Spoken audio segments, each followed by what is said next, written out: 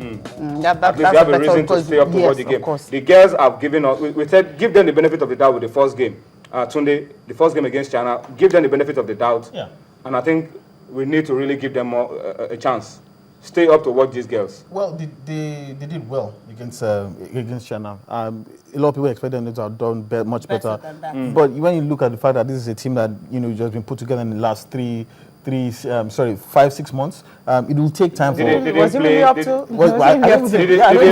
Didn't kick a ball, qualifiers, But ever since they've gone on playing tours around Nigeria. Yeah, I must understand that these are virtual new fights at this level. They are novices under 17.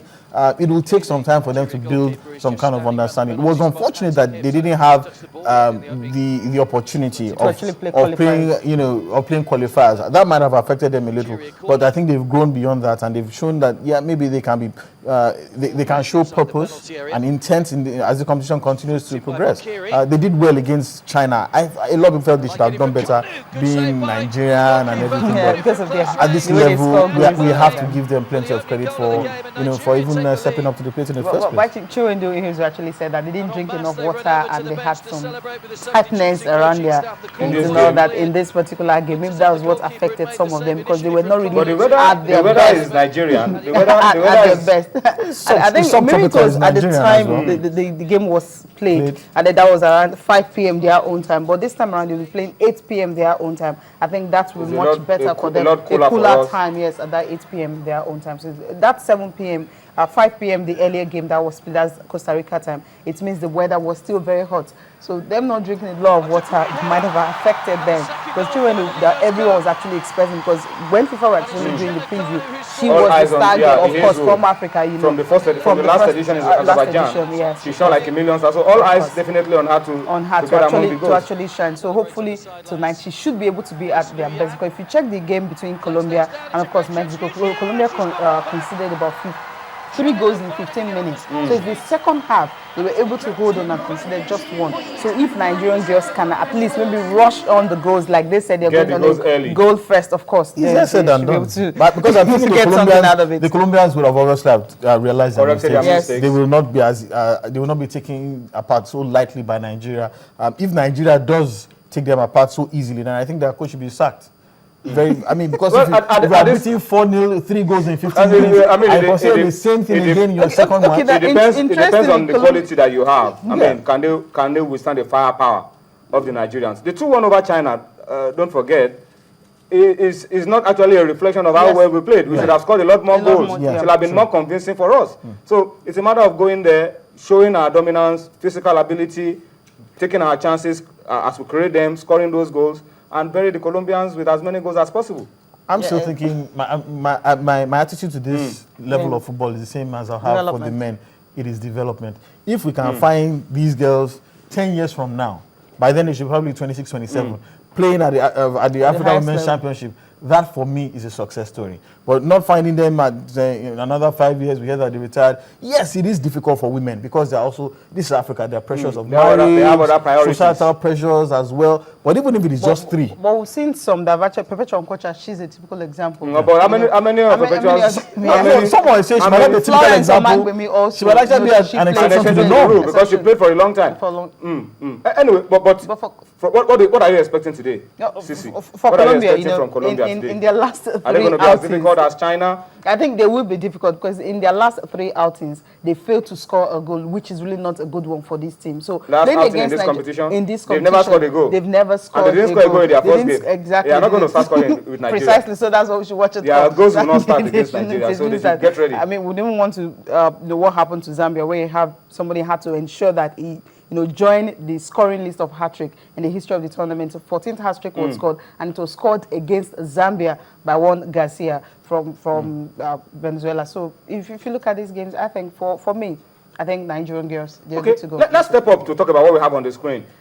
This is a year for the women. Unlike last year when we didn't have too much to talk about for our girls. This year is a huge one for the girls. Under 17 currently campaigning, under 20 will campaign later in the year, and the big one, the senior team, the Super Falcons, will be hoping to qualify for the African Women's Championship that will taking place in Namibia later this year. Before we get to Namibia, we have the little business of Rwanda. Shouldn't be too much of a difficulty for us. But our girls are regrouping. Yeah, definitely. The good thing is that do we have a substantive? Do we have a substantive coach now? Yeah, Edwin Okon, yes. Confirmed as the coach of the Falcons, or is this just caretaking? He is still in that position, caretaking. But I think with time he'll definitely be confirmed as the Super Falcons coach. But the thing is that by April 6th, they'll definitely gather. You know, that's when they'll regroup and all that. But we're still waiting for how many girls will be in camp. I spoke to the coach earlier, and he said he can't really tell us how many girls will be in camp, but he hopes that by that time he should be able to come up with a list that will be in camp in Abuja on April 6th. And of course, they're playing Rwanda May, but you expect that with the numbers of girls you have in camp, they should be able to a month to prepare. A month to the time in order for them to prepare. They can do better. You know, they were supposed to have camped in December when they were preparing for the game against Sierra Leone in March. But of course, they withdrew. So getting all of them together again now will not be that easy for him. But the good one is that he's the coach of Rivers Angels. And if you check Rivers Angels, you have the bulk of the players in the league, so he's already keeping his eyes on the players. So he knows the players to just pick. That is now left for the coaches of other players that he's going to take from other clubs to release the girls to come to camp. They have no option. If the Nigerian Football Federation decrees it, those girls must come to camp. Once the list is out, Edwin Okon will get whatever he wants. But we'll keep our eyes on the girls, because our challenge really is that this is a crucial African Women's Championship. Apart from reclaiming our crown that we lost to Equatorial Guinea, we also need to finish among the top three to qualify for the World Cup. Qualify for the World Cup next year. So it's really a good one. It's a big one. But I think this is not really. What we should be doing now is take this as World Cup qualifiers. Yes, that's it.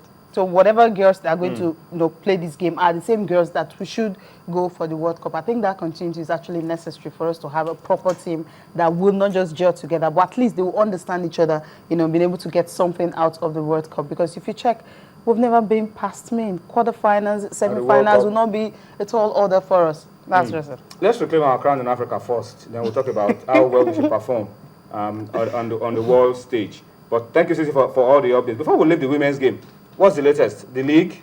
Yeah, the league, of course, it's ongoing. Yeah, but just that this weekend, one game was postponed simply because Sunshine Stars did not travel. These are the results of the week 3 on your screen. You have Delta Queens beating Confluence Queens by 4-0. They actually made do of their tries, saying that they were going to go on a goal first, which they did. Inner Queens losing at home to Ibom Angels. Not a good one for them. Ibom Angels are actually topping the league right now because of this particular victory. Bayelsa Queens and Pelican Stars beating Bayelsa Queens at home. That's another upset, you will say.